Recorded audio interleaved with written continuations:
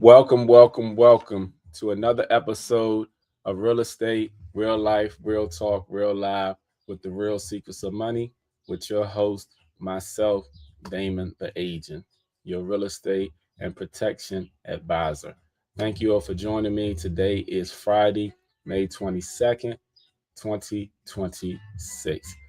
Now, as we begin, please, if you're not following me on all social media platforms, please follow me on Facebook, Instagram, LinkedIn, Twitter, Threads, Snapchat, TikTok, Pinterest, and YouTube.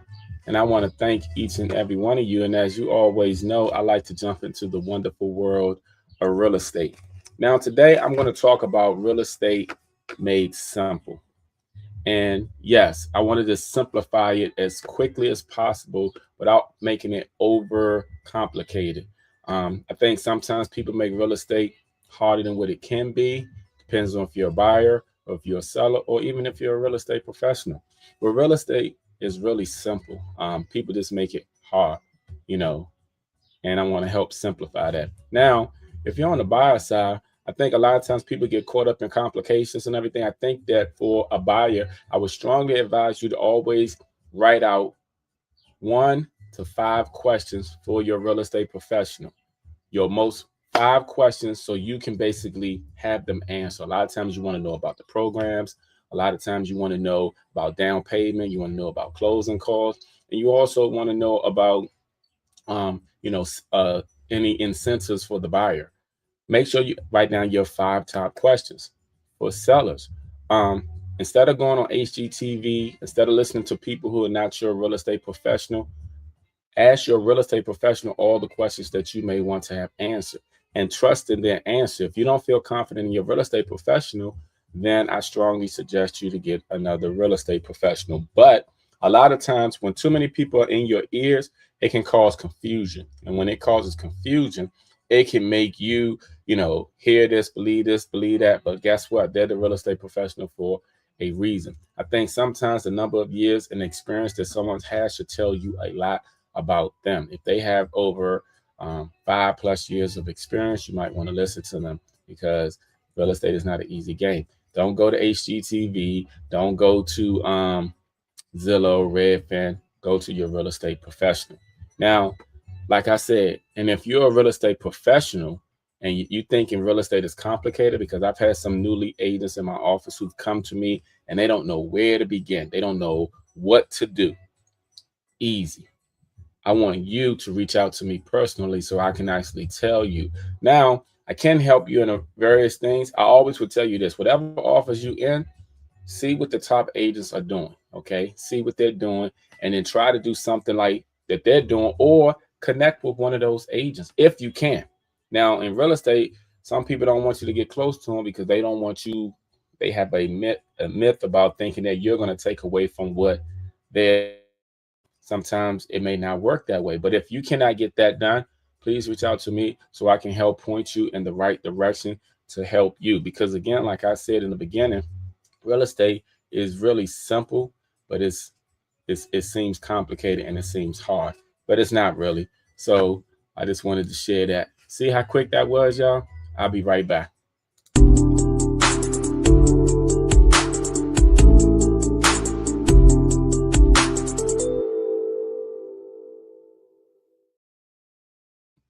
Now, who's ready for football season? Y'all ready for football season, y'all? It's coming up quicker than you know it. Now, I want to get today to my house of the week. All right. The house of the week. This property is located in Washington, D.C. For 1 second. Hold on. Trying to get it. My property at. Hold on. Here we go.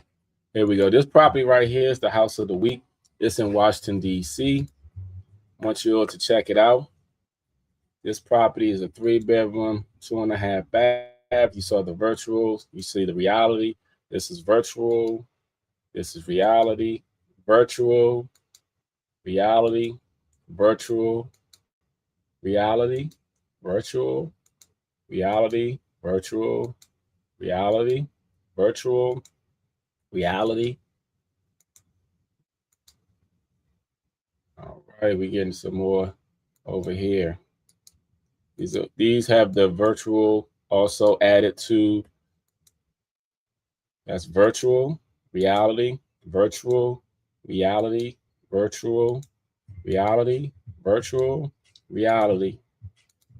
And these things are the bathroom, virtual reality,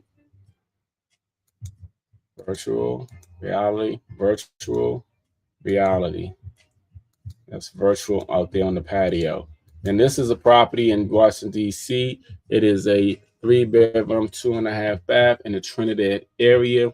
If you or anyone you know is interested in this property, please reach out to me so I can help you get that home. All right, now I'm going to shoot into my Q&A, my questions and answers. Now, if you have any real estate questions, please feel free to send them to me, because these are some great questions that I'm always asked about, and I know that a lot of times it will help someone else out there as well. So the first question today is, what's the difference between listing a home and positioning a home? What's the difference between listing a home and positioning a home? Okay. Now, here's the thing. Listing a home is basically when a person enters in the MLS system. That's with the photographer, with all the verbiage that you may see on all the various websites, whether you go to Zillow, Redfin, Realtor.com, Homes.com. Listing a property is putting it in the system. Okay, that's when the agent puts the property in the system, and also when they put the lockbox on the property, and also when they put a for sale sign on the property. Now, positioning a home means basically understanding the ideal buyer for that particular home. For example, you have, depends on if it's a condo, a townhouse, a single family home, a luxury home, a foreclosed property. No matter which home it is, you have to target the ideal buyer. That is positioning. Now, when you're actually are adding information to the MLS, is to attract those potential buyers, and also its pricing strategy. Meaning, for example, every homeowner thinks their house is worth more than their neighbor's house. And because they think their house is worth more than their neighbor's house, when a real estate professional gives them the recommended list price, sometimes sellers will say, oh, well, I did all these upgrades and I think my house is worth more. No, pricing strategically is also positioning the home to sell. Overpricing a home doesn't necessarily mean someone's going to come in and start lower, because that's the way a lot of sellers think. Oh, let's price it high because we know they're going to come low. That's not positioning your home to sell. You know what I'm saying? And then also, positioning has to do when open houses are done and then potential buyers are coming through. It's creating an emotional appeal for these potential buyers to want to buy the home.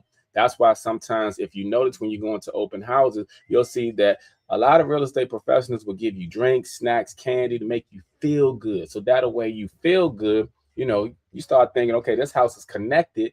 You know what I'm saying? They gave me my favorite popcorn and stuff. So you start to get that emotional connection.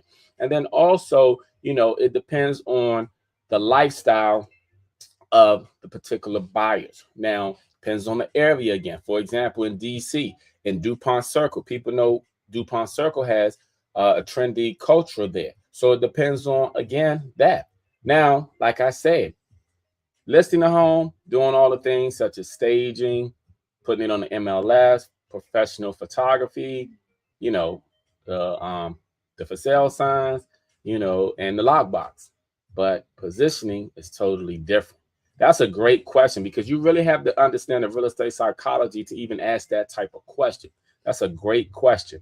The next question: what smells, colors, or layouts hurt showings? What smells, colors, or layouts hurt showing? this is a this is a great question, and I'm gonna tell you all why. People are turned on or off by smell and looks. Okay. Now here's the thing: when people walk into homeowner homes who own pets, if people smell pet odors, whether you own a dog or a cat, that can turn people off, because sometimes a potential buyer could be allergic to a dog or a cat. You have to always make sure that your house smells clean. Air fresheners help out a lot. If a person smoke, regardless of what they smoke, if the smoke lingers in the house, that can turn a potential buyer off because, again, smells are triggers, whether it's a good trigger or bad trigger. Heavy air fresheners, decluttering, dark rooms, loud paint colors, and overcrowded furniture or clutter in closets or clutter in places. These are the biggest showing killers. Okay. Again, I'm going to say them again: pet odors, smoke smells, over heavy air freshener smell, a lot of clutter, dark rooms, loud paint colors, and overcrowded furniture. These things hurt the sale of the property. Now, things that hurt emotionally are red walls, strong perfumes, old carpet odors, poor lightings, blocked windows, excessive personal items, and awkward furniture placement. Now, when it says excessive personal items, meaning, for example, if you have like your favorite teams on the wall, that can be a turn off. I think I mentioned in one of my podcasts, I had a client and I was showing them a property, and I'm in the DC area, and we went to see a house. We went into the basement, and the owner of the home had a cowboy curtains and everything up. The buyer's husband was a diehard Redskin fan. He was turned off. He wanted to leave because of that. I had to stress to him, it's just the way they decorated. You can decorate it in yours, but he was very adamant. We ended up leaving that home all because of that. Now, I know people, when they sell their home, they like, well, my team is my team and stuff. That's good when you're rooting during the season. When you're trying to sell a property, you want to depersonalize things. You don't care who your favorite team is, what your religion is, what your political belief is. Because I went into one home also, and they had a picture of Trump, and they walked out. And I'm just saying to you people, even though you're selling your home and it can potentially be the buyer's home, do not personalize a lot of stuff when you're trying to sell homes. Now, neutral colors, clean lines, natural lighting, and fresh air create the best responses from buyers. Because when buyers walk into a place and it is bright with light and it smells good, it gives people a good feeling. So those are the things that you want to try to do if you're selling your property. Number 3, how important is timing when selling? How important is timing when selling? This is another great question, and let me explain. Timing is extremely important. For example, I'm just going to use the seasons for an example. During the spring and summer month, more people are outside. More people are looking to buy. More people are trying to move before the next school season. So if you're a seller trying to buy, honestly, the best time, I'm sorry, a seller trying to sell, excuse me.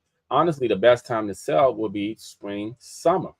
The winter time hurts sellers a lot. Houses still sell during the wintertime. Do not get me wrong. They still sell, but they sit on the market longer for numerous reasons.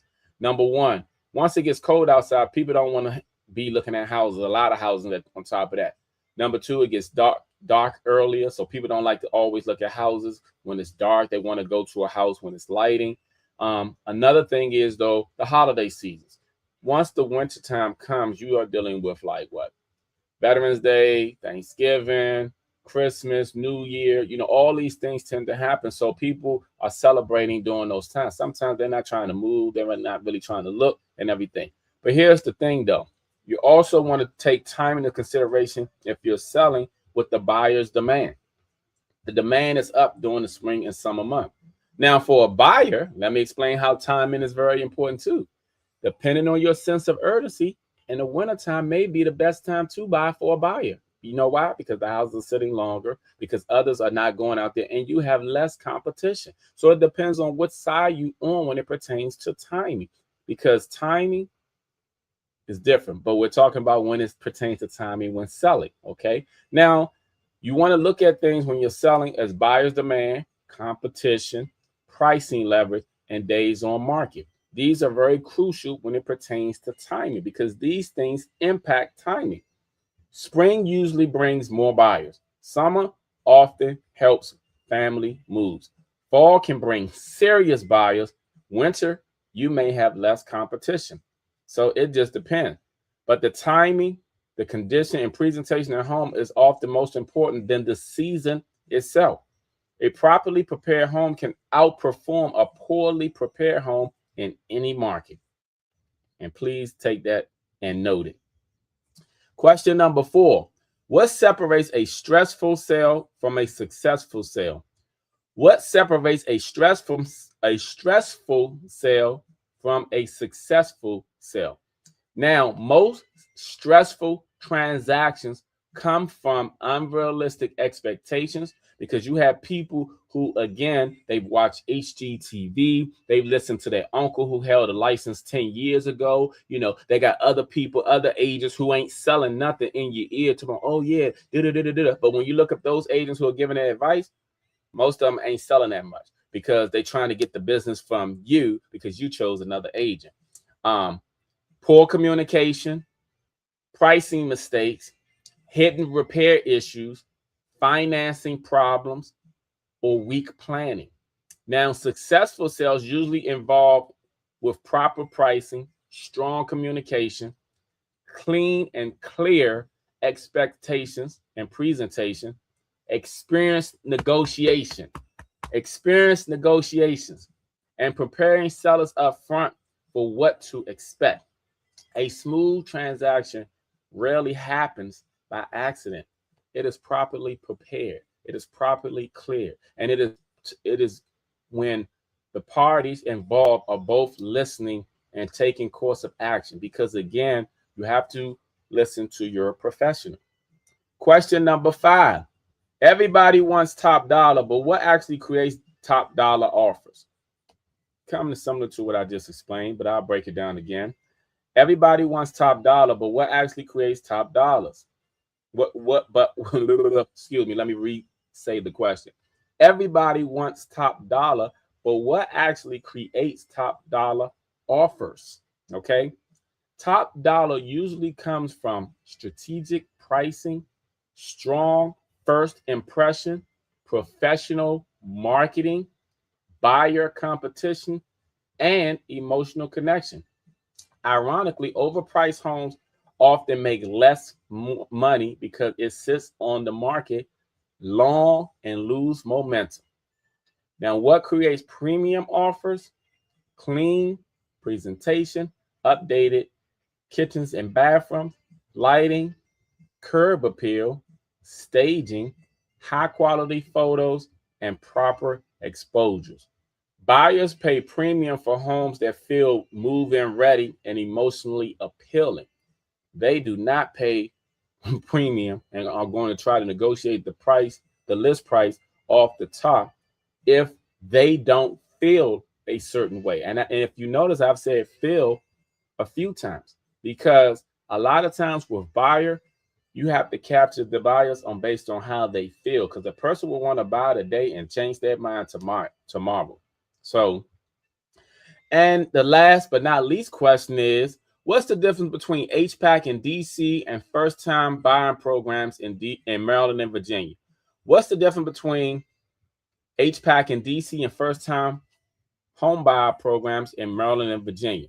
Now, the difference is H.O.W is DC oriented only, meaning you have to purchase in DC. You have to use their program. It is for down payment assistance, closing costs, and it's associated with affordability in DC. Now, the word affordability, that's always situational, depending on who you are as the buyer. Now, H.O.W actually means Home Purchase Assistance Program, and it's a DC specific program primarily to help people who are looking to purchase in DC.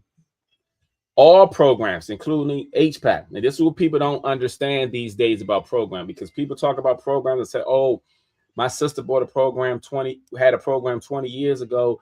You know, my cousin used the program. My uncle, my aunt, they all use a program. This is what people fail to realize about real estate. Real estate is always within the last 3 to 6 months. It ain't the last 3 to 6 years. Take that into consideration, whether you're buying, selling, or you're even referring to someone else. It's like the software on your phone. It's like your phone, period. If you had an iPhone 10 today, it's outdated. And a lot of the information that people talk about is also outdated, and especially when it pertains to real estate. Now, here's the thing. Most programs today, they are income restricted, meaning if you earn over a certain amount, you will not qualify for these programs. I don't care if you're buying in DC, Maryland, or Virginia. And the reason why they changed the guidelines on these programs was because many years ago, you would have single individuals who had the time, money, resources who would take advantage of these programs because they came on a first come, first serve basis. Then you would have the mothers who had children that they were trying to make babysitting arrangements to go to these classes for them, and they couldn't make these babysitting arrangements. And on top of that, by the time they got to the class, the funds for the programs have already depleted because the people who had the time were already in the class. Now, because of that, a lot of these programs are income restricted. So if you earn over a certain amount, and depending on the number of people in your household, you either qualify or you don't qualify. Everyone doesn't qualify for programs. Now, that's not the same as if you're a first-time buyer and you're getting a tax credit. Because if you're a first-time home buyer, you will always get a tax credit. But that's not the same as being qualified for the first-time home buyer program. It really depends on your income these days. And the guidelines change. I didn't make them, but here's the thing. There's still grants and other programs to offset that. But I just want people to understand that everyone does not qualify for these programs today.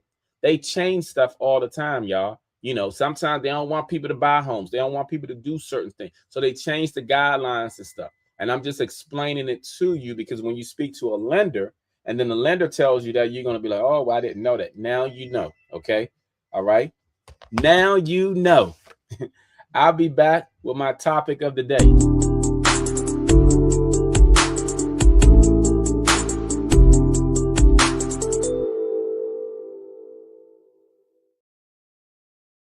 All right. Now before I go to my topic of the day, I'm gonna say again, if you're not following me on all social media platforms, please do so. I am on Facebook, Instagram, LinkedIn, Twitter, Threads, Snapchat, YouTube, LinkedIn, Pinterest. Did I say TikTok? And Snapchat? All right, please make sure you're following me. All right, so today's topic is going to be about views. And you probably say, well, what are views? Somebody say, what are views? Views are when people are always watching your stories and never like any of your posts.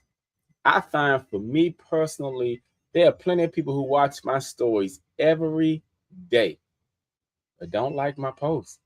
Or I'm like, and it's cool because sometimes you look at a post and you're like, I ain't really mean to look at it. I've done that before. I've looked at somebody's post and then I've never looked at it. But I've learned something that when people are always looking at your stories and your posts and never like any of your stuff, it's one or two things. They either admire you or they hating on you. It's one or two things. They ain't always hating on you. They either admire you. Sometimes they're even trying to pick up your ways, trying to learn you, trying to study you, trying to get some insight or info from you and stuff. But here's the thing though. It also shows how non-supportive people are. See, one thing I realized about people is a lot of people, everybody wants to be supported. Everybody wants people to support them, but they don't support their people. They don't support their friends or the closest people to them. Why is that? Why do you all stare at people and y'all don't support them at all? I really want to know, and minds want to know, why do people look at people all day, every day? And like I said, you either like them, admire them, or you're hating on them. Or you're just too damn nosy. One of the three. I don't know. I just wanted to talk briefly about views and stuff because it amazes me sometimes on my posts and I get thousands of views and maybe 100 likes. And I'm like, geez. And then sometimes when you look at people, then when you look on the stories, the same people are watching over and over and over again. What are y'all looking for? Please tell me. I just wanted to say something about that because I know I'm not the only one. And when I see these comments on social media saying, "Oh, you can get 1,000 views and only 10 likes," it's true. A lot of y'all are non-supportive because the same way you can look at it, you can like the post. Because if you're always looking at the story, you're looking at the post too. So I would just strongly suggest that a lot of times things that happen to people and why they never get the support that they want and seek is because it's what you give out. See, it's called karma. The energy you put out is the energy that you get back. You don't understand that, do you? I know you don't because it went over a lot of people's heads. But here's the thing though. One thing I know about life is these tables turn and they do come back to you the way that you give it. So I'll be back with my closeout. All right. In 1 second.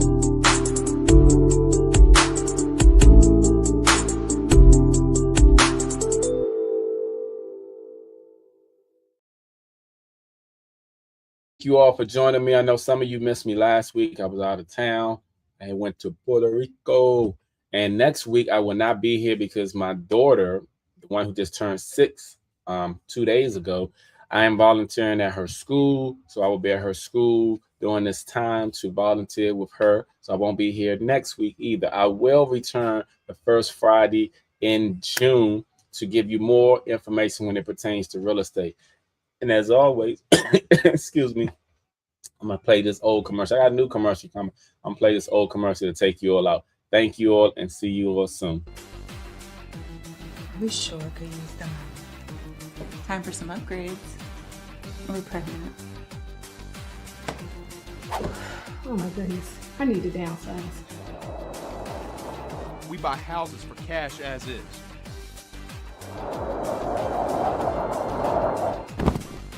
Damon the Agent.